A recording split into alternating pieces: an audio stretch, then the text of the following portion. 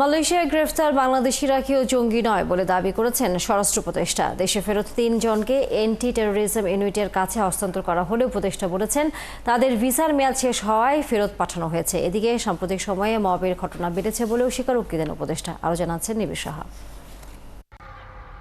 জঙ্গি সংগঠন আইএসের সঙ্গে সংশ্লিষ্টতার অভিযোগে ৩৬ বাংলাদেশিকে আটক করেছে মালয়েশিয়ান পুলিশ। এদের মধ্যে ৩ জনকে ইতিমধ্যে দেশে ফেরত পাঠানো হয়েছে।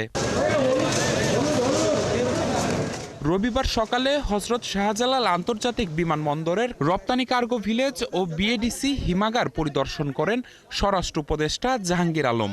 তার দাবি, মালয়েশিয়ায় গ্রেপ্তার হওয়া বাংলাদেশিরা কেউ জঙ্গি নয়। এরা কোনো জঙ্গি নেই। আপনি ওইটার ব্যাপারে একটা কিন্তু প্রেস রিলিজও দিয়ে দিচ্ছে মনে হয় পররাষ্ট্র মন্ত্রণালয়। আপনারা গতকালকে হয়তো প্রেস রিলিজটা দেখছেন।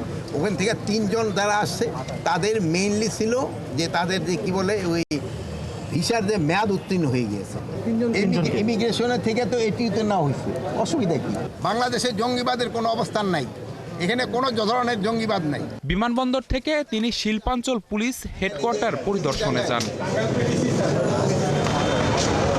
এরপর যান উত্তরা পূর্ব থানায়। সেখানে স্বরাষ্ট্র উপদেষ্টা বলেন, সাম্প্রতিক সময়ে দেশে উশৃঙ্খল জনতার কর্মকাণ্ড বা মব বেড়েছে।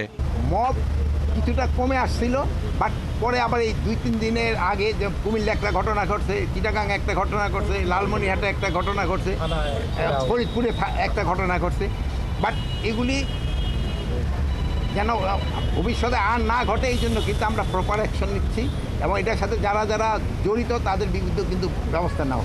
এক প্রশ্নে উপদেষ্টা জানান, নির্বাচন নিয়ে তারা প্রস্তুতি শুরু করেছেন। ইলেকশনটার জন্য সবচেয়ে বেশি প্রস্তুতি দরকার যারা ইলেকশনে পার্টিসিপেট করবে তাদের। আমাদের প্রস্তুতি ঠিক আছে, সবাই প্রস্তুতি যদি হয় 13টার প্রস্তুতি একসাথে হলে কোনো অসুবিধা। আমাদের প্রস্তুতি কোনো ঘাটতি নেই, যেহেতু আমরা আরও সময় আছে, প্রায় 5-6 মাসের মতো আমরা প্রস্তুতি নেওয়া শুরু করে দিছি। ওই সময় ইলেকশনের সময় আমার মনে হয় না আইন শৃঙ্খলার থেকে কোনো রকমের অসুবিধা হবে। লালমনিরহাটে থানায় হামলার ঘটনায় 7 জনকে গ্রেপ্তার করা হয়েছে বলেও জানান স্বরাষ্ট্র উপদেষ্টা।